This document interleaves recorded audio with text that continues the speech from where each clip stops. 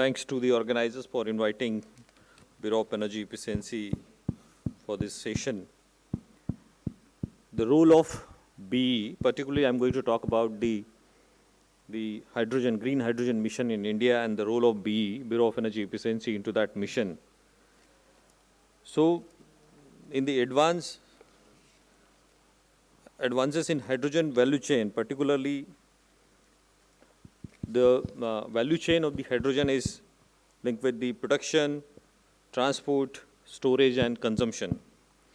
So, Bureau has two roles into in this value chain. One is on the side of production, and another is on the side of consumption.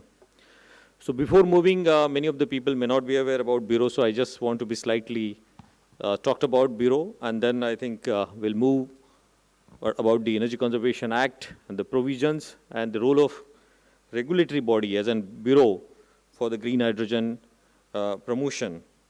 As Mr. Neeraj has already highlighted, the role of regulatory organizations are very important to create a market, commercial market for the hydrogen.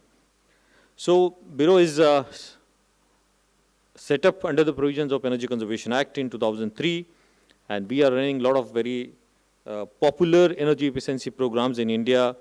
One of is that standard and labeling program for appliances.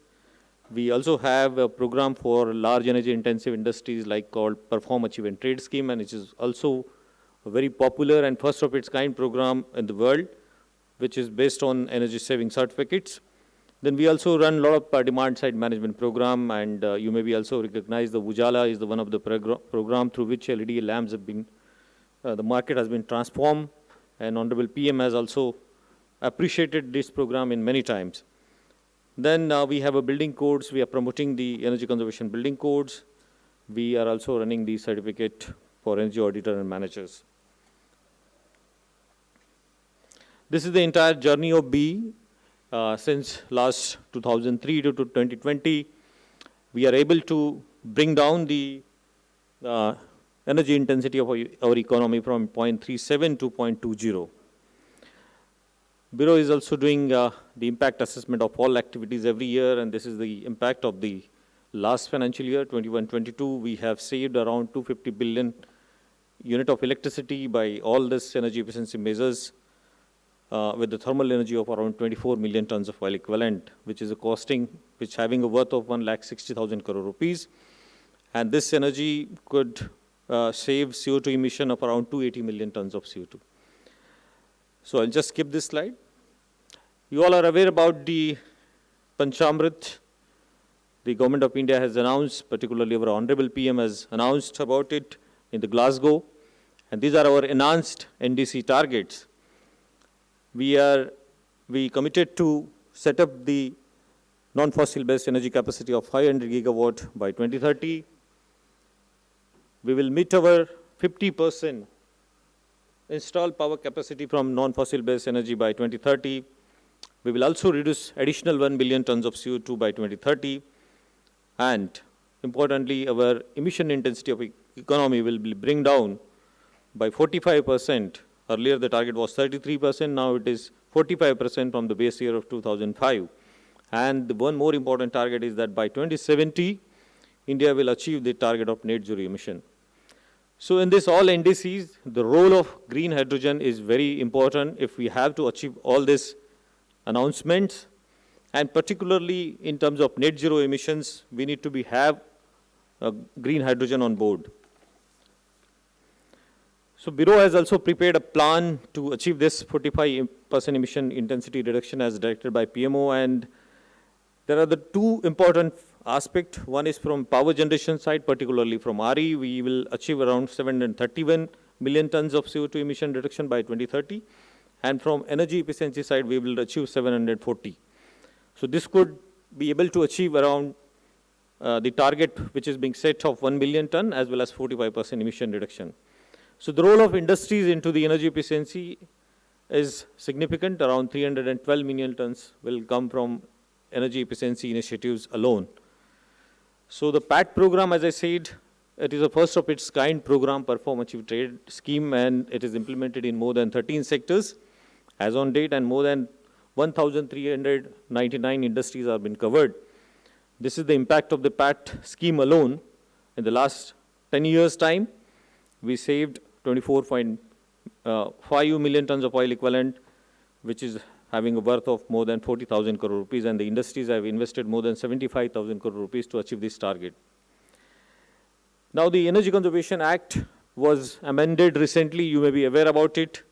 This act was amended on 20th December 2022 in both the Parliament houses, and it came effective from 1st January 2023. The major key areas of this amendment of this act is mainly focusing for achieving the NDC target. We need to create an ecosystem, an environment, and also policies through which the NDC target can be achieved and the green hydrogen can also be promoted.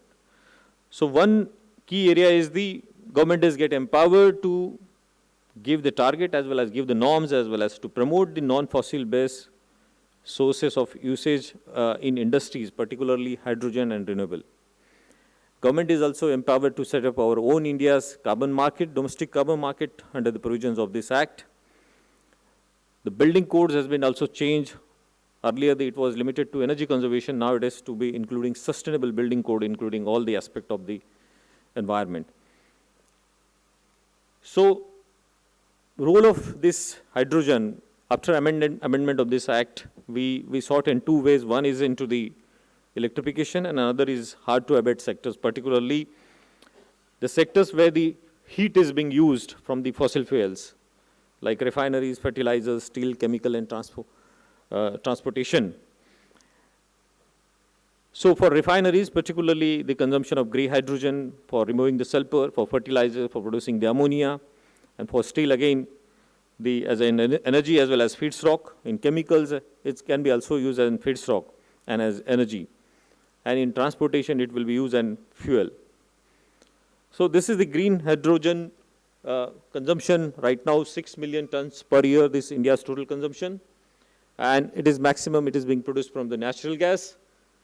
The global demand right now is 100 million metric tons, and it is going to be increased 5-fold by 2050. You can see from the graph, right now the share of the refineries and the fertilizer is highest in the hydrogen consumption. But by 2050, it is projected that the share will be more from the steel and transportation sector, apart from the refineries and the fertilizer, because it is going to be one of the important sector. So these are the focus areas right now under the green hydrogen mission. One is fertilizer, refineries, iron and steel and bulk chemicals, particularly as a feedstock. And as energy carrier, it could be used in city gas for blending, then energy storages in electricity, then it will be used as in shipping as in green ammonia as a fuel, and as well as in long haul mobility as in fuel. I will just skip this one. Now, National Green Hydrogen Mission, everybody is well aware about it. The target is that we will going to produce 5 million metric ton of green hydrogen per annum by the year 2030, and around 60 to 100 gigawatt of electrolyzer capacity will be set up to achieve this target. For this, 125 gigawatt of renewable energy capacity will be added to generate this hydrogen, green hydrogen. As per the estimate, around 1 lakh crore of import will be going to be saved by this one, and around 6 lakh jobs will be available with the investment of 8 lakh crore rupees. So there are two things we need to be, of the two important things of this National Green Hydrogen Mission. One is to create a demand, and another is to incentivizing the supply. So demand will be created through two ways. One is giving the green hydrogen consumption obligation to the industries through the provisions of Energy Conservation Act, and to promote the export into the market, particularly in the global demand. And for supply side, there will be two incentives will be provided. One is to manufacture the electrolyzer in India, as well as to manufacture the green hydrogen production. So this is the outlay of this National Green Hydrogen Mission. Many of you may be aware about it. Most of the financial outlay will go for the providing the incentives for the production of electrolyzer as well as the green hydrogen. This is the resource availability and potential projection location by MNRE. particularly the sites where the RE potential is also there, and the probable consumers like refineries, fertilizers, and also the connectivity of the city gas pipe. So in that context, the locations and the hubs are already identified. India is also going to be play an important role to export green hydrogen to Europe as well as Korea and Japan. And we have already started many dialogues with these countries.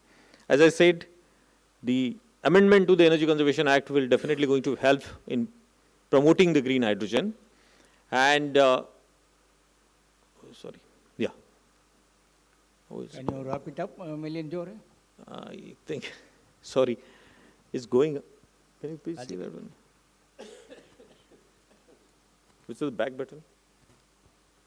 Because we have to wrap up this session. Yeah, 2 minutes, sir. Just 2 minutes. So, by this amendment of the Act, we are going to provide the obligation to the fertilizers as well as refineries for green hydrogen consumption. We are already in discussion with the industries. There are many challenges for this transition to the green hydrogen in refineries, and it is high production costs, limited RE capacity, infrastructure challenges are also there. There is a challenges with respect to storage and transportation, and even the availability of the land into the refineries. Now coming to the carbon market, I've just briefly talked about, India has also set up our own carbon market, and recently we have already notified the rules and regulation for it.